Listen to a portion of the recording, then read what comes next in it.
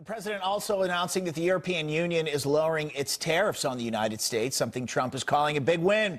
For more on this, let's bring in Washington and White House reporter for Politico, Daniel Lippman, and partner and co-founder of Flynn Zito Capital Management, Doug Flynn, and University of Scranton Department of Economics, Finance, and International Business Chair, Professor Jordan Petzes. Gentlemen, good to see all three of you. Thanks for having us. Professor Petzes, I'm going to start with you. Trump, talk about the EU, I guess, conceding a little bit on some tariffs now that Trump has made this announcement. Yeah, so as we have seen, Trump has used tariffs as a way to make other countries negotiate and make them, have a conversation about what they want them to do. He also used tariffs to raise revenue, and he also is trying to protect certain industries. So we have seen a good relationship in the past between EU and the United States. And I think along these lines, President Trump is trying to maintain that relationship. We've seen that with Canada and Mexico, that he's trying, he's threatening tariffs, but at the end of the day, he's, into negotiations. Doug, what do you make of all this from of course, an economic point of view? How do you think this will play out more largely for the American public?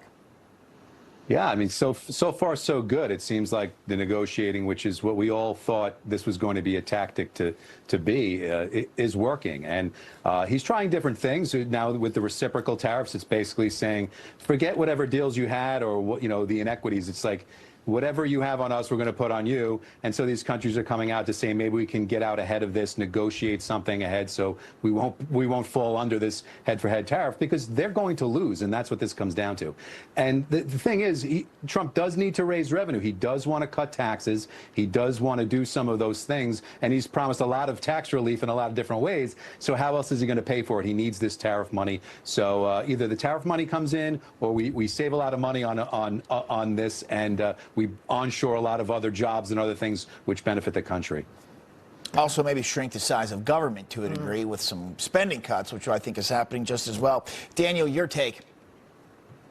Yeah, he's talked about starting the External Revenue Service to collect all of these tariffs. I do think that this is kind of a step down from his idea of universal tariffs. He was not talking about reciprocal tariffs as much during the campaign trail. He does have to keep an eye on if these tariff and trade wars start to heat up, whether that increases prices and starts to fuel inflation, because Republicans don't want to be accused of what Biden got blamed for during his administration, especially with the midterms coming up in a year and a half. And so Republicans don't want to answer for, hey, why is the price of my TV, why has it gone up 10%? Is that worth it to bring manufacturing jobs back to the states? Professor, President Trump's announcement of these reciprocal tariffs comes just hours before his meeting with India's Prime Minister Modi, and Bloomberg reports tariffs will be part of their discussion. I don't see how it couldn't be. Here's what they wrote. Senior administration officials highlighted efforts to address trade concerns between the two nations, as well as efforts to boost military sales to New Delhi, secure a new defense framework, and work to supply India with energy exports as critical components of the talks. How do you see this going, that conversation? Yeah, so sure.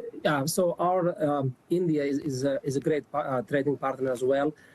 We don't have a huge trade deficit with India as we have with China, but President Trump has managed to lower, to have better relationship with India, and also lower trade tariffs on imports from from India. And to that degree, I think India also is trying to take on affecting the visa, the workers, the Indian workers that are in the United States. So I think this is a great opportunity for both leaders to reach a better cooperation, in all ends. Right. All right, and we will certainly be watching that here on Newsmax and keep everybody up to the moment on the news. Daniel, Doug, and Professor Petzes, thank you so much for joining us.